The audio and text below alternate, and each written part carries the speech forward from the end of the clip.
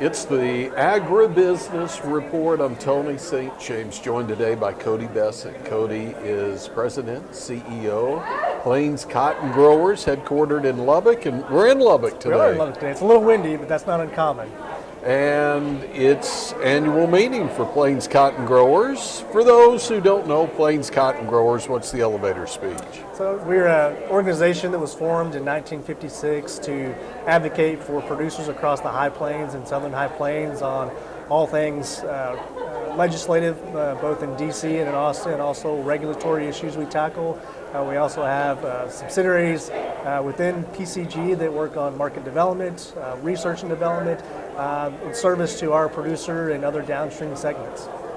Okay, and cotton in Texas, kind of a big deal. Let's see, are we going to be close to 6 million acres maybe this year? Potentially. So USDA released their prospective plantings report this last week.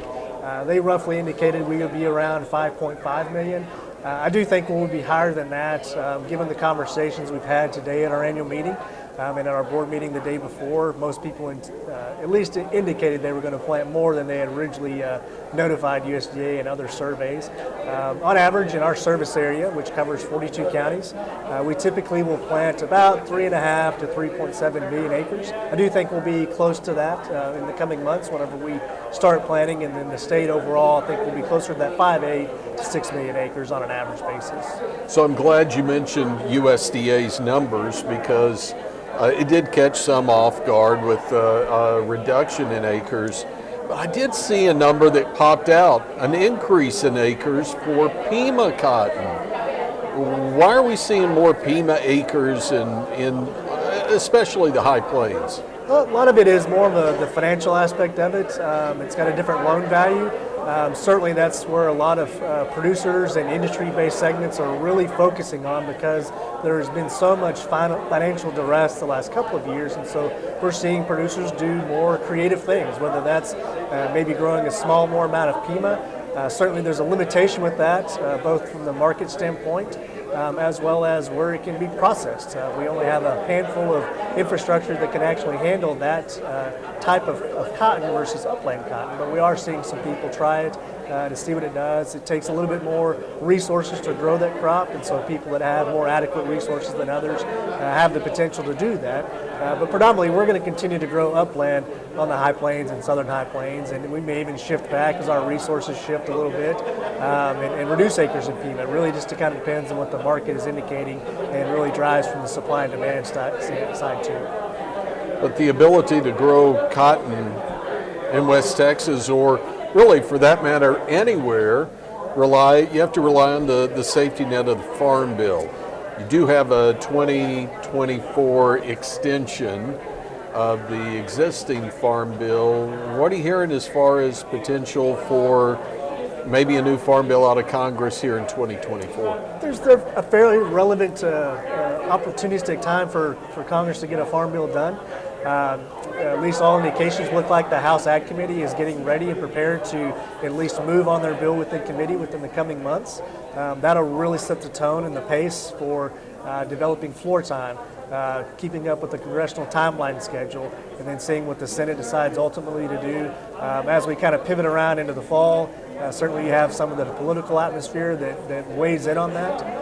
The current bill expires at the end of September, or the current extension does. The ultimate goal is to get a Farm Bill done by then.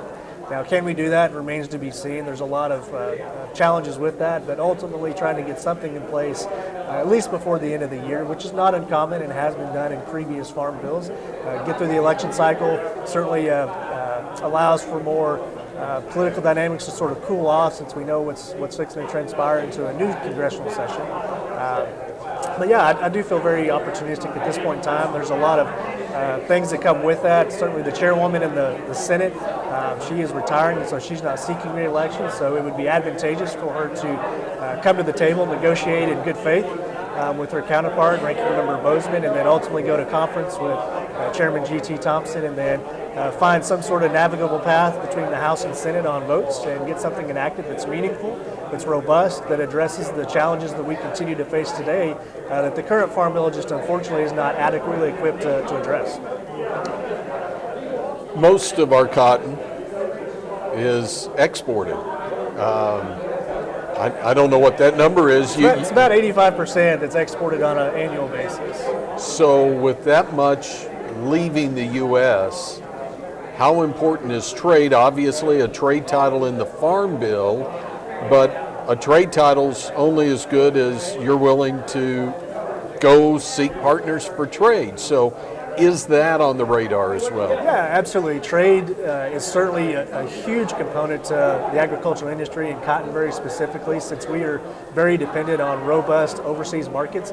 The trade title, for all intents and purposes, what most people focus on is we have funds called market access funds and market development funds and foreign access funds, or foreign market development funds. We utilize that in two different facets. So one set of funds, we established overseas headquarters, so we can have people on the ground that can essentially have conversations with our buyers and explain what we're doing in the state to better enhance our production, better enhance our quality, and they're really kind of our salesperson or our field person on the ground to help do that. And then you have foreign market development funds that can be utilized where we can physically bring those buyers into the U.S. and let them see firsthand what type of product they're getting. So they work very hand in glove. They're matched by producer-based dollars, so it's not like the federal government is prescribing all those funds. Those are physically matched dollar for dollar, if you will, by checkoffs that every producer in the state, every producer in the U.S. participates in. So it's a very valuable component, a very valuable title, and it's certainly one that people have a skin in the game too. So our conversation is really focused around what happens at a federal level through Washington, D.C., through Congress. Obviously, the administration plays a role in that. How important is it to actually go to Washington? I know you're there, but how important is it for you to get your board members there as well? Extremely. My role and others that work for advocacy groups, our role is to really kind of open the door and be able to continue to facilitate relationships and conversations with members and their staff. But ultimately, what really makes the pitch work well is whenever we have producer directors or other producers go to DC, tell their story. That way, the members themselves, staff themselves, really have something concrete that they can take and utilize that within their arsenal, if you will, when they're advocating with other members of Congress, other staff that are unfamiliar with our region, unfamiliar with our issues. It solidifies it, it makes it real, and it is real. And that's really the value of it. And doing it over and over, sometimes it feels like it's repetitive, sometimes it feels like you're essentially saying the same thing. It obviously bears repeating just because of the importance of it, but it is extremely important, extremely valuable. We had a breakout session here at our annual meeting that really talked about the overall value of advocacy, and that's one thing that we touched on. The other thing that they talked about too, and it certainly is important, that if we're going to come to Congress or come to our state legislatures with an issue, we need to come with a solution too. Certainly our members and staff and others are very equipped to try to be creative in how we address an issue, but ultimately they need guidance on a solution because they're not the expert on the issue. The industry is, the producer is, and so that's an important part of the advocacy-based process. So is it safe to say that you're getting your marching orders as staff for Plains Cotton Growers really from your members, and it starts at something like the annual meeting? Absolutely, annual meeting, and then periodically throughout the year, we spend a lot of time out in the countryside learning what issues may be on the rise. It changes all the time. It's different regionally. It's different even within a county, and so it's important for us to continue to do that, to continue to interact directly with our producers, and then that way we can have a collective front whenever we go and make asks on policy with our congressional folks in D.C. or in Austin and other places. And we do that on a very regular basis. We've got a crack team that really does an excellent job. We have a service member director that spends a lot of time out in the field, and it's kind of our boots on the ground. He essentially tells folks what we're working on, helps them better understand what we're doing on a regular basis, and vice versa. He gets a lot of feedback of, is this issue of relevance? In many instances it is, almost all the time it is. And they also comes up with issues that just kind of prop up, and so that way we can work on those on a regular basis, whether it's a local or regional or statewide issue too. Also happening this week in Lubbock, Texas Cotton Ginners have their annual convention and expo there. I just wonder, as we kind of wrap this up, you talk about issues out and about. A lot of times we focus on the producer as that first touch of the cotton seed in the plant, if you will. But how about gins? How are they doing, especially after last year as we move into this year? And what do you see on the horizon for the ginners? It's a great question. And we're proud that the Texas Cotton Ginner Show is here in Lubbock again this year. We're certainly a supporter of that and a good partner with that. But infrastructure, as you mentioned, has really suffered the last couple of years, just as all industry segments have, from the producer level all the way through the other 6 segments. We had a great panel discussion this morning that had every single segment except textiles that really articulated how we all ebb and flow and work together, and how we all are experiencing the same things together. So when the ag industry as a whole does poor, the economy does very poor. When we thrive, the economy thrives. From an overall aspect of what's being worked on to address infrastructure long term, there are some studies that are being developed to try to see if we can develop some risk management tools that will help the producer, but also help downstream segments from a throughput standpoint, especially in challenging times. Not all the answers are there.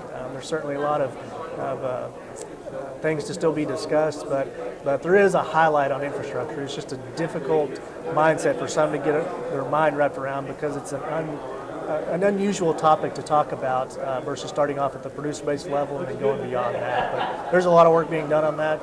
Hopefully in the near term we'll have some solutions. There has been some previous attempts to help infrastructure on disaster aid. Unfortunately, it's fallen short, but it doesn't mean there won't be several other attempts to try to help that and help industry really heal up. And the big thing about that is, with cotton infrastructure, we're unique.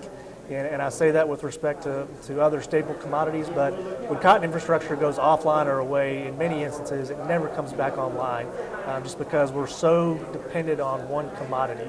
And so we're very mindful of that. We're very empathetic of the industry that we've lost in years past, and we're trying to do everything we can to be proactive to help curb losing future infrastructure as we move forward. Because we know we will be in another situation like we've been in the last couple of years, unfortunately, due to Mother Nature. But we've got to have better risk management tools to help address that. Well, you can keep up with Plains Cotton Growers online, plainscotton.org. Kody, congratulations on another successful annual meeting. Thank you. And look forward to seeing you again soon. Absolutely. Kody Bessent is President and CEO of Plains Cotton Growers. From Plains Cotton Growers annual meeting at the Overton Hotel in Lubbock, I'm Tony St. James. It's the Agribusiness Report.